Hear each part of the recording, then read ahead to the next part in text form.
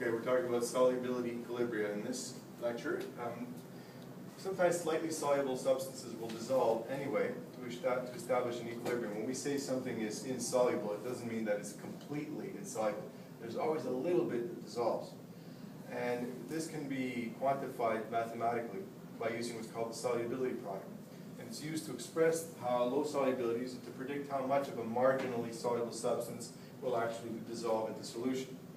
On page 740 of our textbook, the solubility product equals the power of the concentration of the ions involved in equilibrium, each raised to the power of its coefficient in the equilibrium equation. So for example, with barium sulfate, which dissociates to form barium cations and sulfate anions, the solubility product, Ksp, is given by the aqueous concentration of barium and sulfate.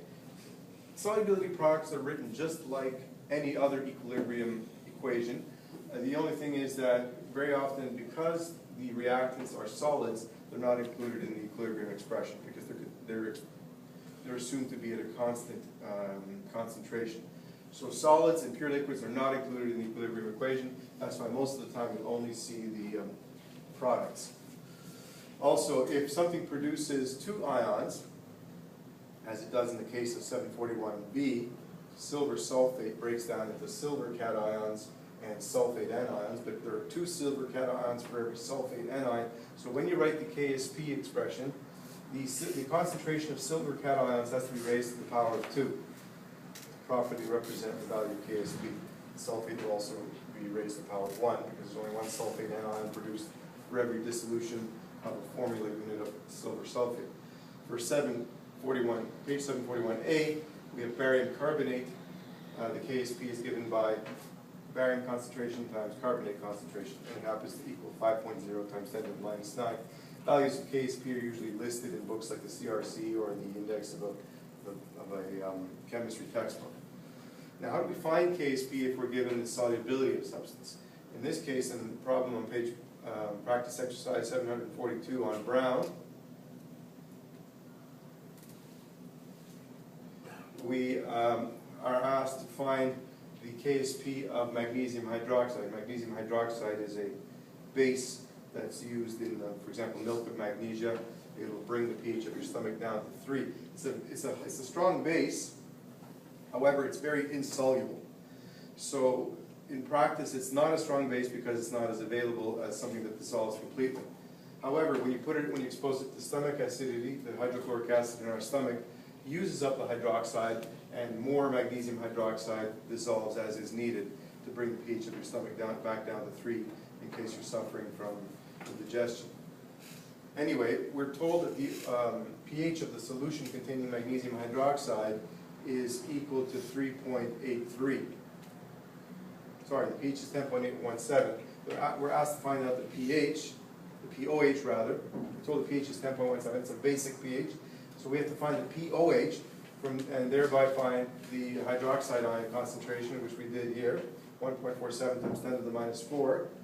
And we can also surmise that the magnesium cation concentration is going to be half the concentration of the hydroxide ion, because for every formula unit of magnesium hydroxide that dissolves, 1 formula unit of magnesium cations and 2 units of hydroxide form.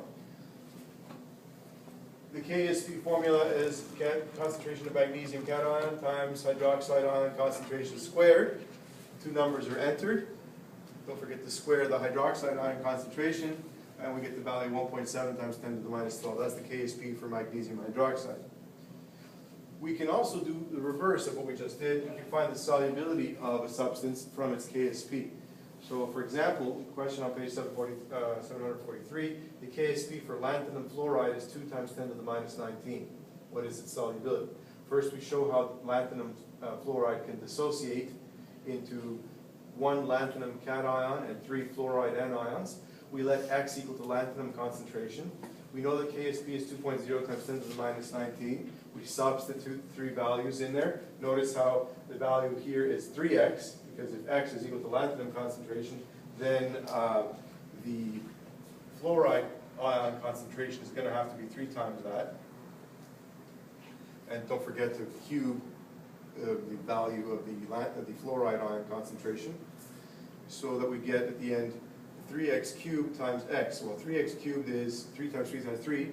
X is x times x times x, so we get 27x cubed. Then we multiply that by x, so we get 27x to the fourth equals this number. We solve for x. We take the fourth root of x to the fourth to find x, which is the fourth root of this number, and we get 9.27 times 10 to the minus 6. We're only allowed 2, or actually 1 sig fig in the question. I actually rounded it. I put 2 sig figs in the question, although the book has only 1 sig fig. At any rate, I report my answer to 2 sig figs. 9.3 times 10 to the minus 6 molar is the solubility of lanthanum fluoride. There's one other thing we should know about. It's called the common ion effect. The solubility of a slightly soluble salt is decreased by the presence of a second solute that furnishes a common ion. And this we can surmise by looking at an ice table and by thinking of Le Chatelier's principle. Whenever you add something to an equilibrium, the equilibrium will shift such that the disturbance is reduced.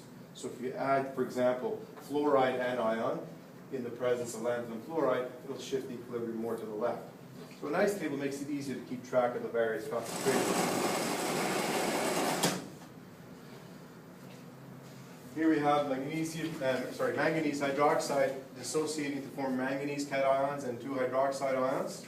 We're told that the Ksp for manganese hydroxide is 1.6 times 10 to the minus 13. In the ice table, first of all, the solid is not included.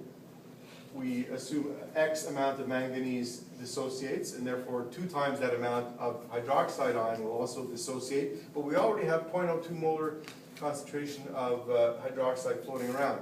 So we have to keep track of that. So that 2x is going to be added to the 0.02 already there. This is the mathematical equation that results. We square everything.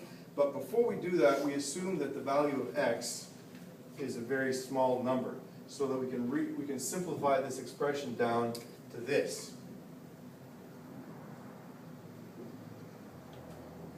Which will give us 4 times x to the minus 4x is equal to the value of Ksp, and x is equal to 4 times 10 to the minus 10.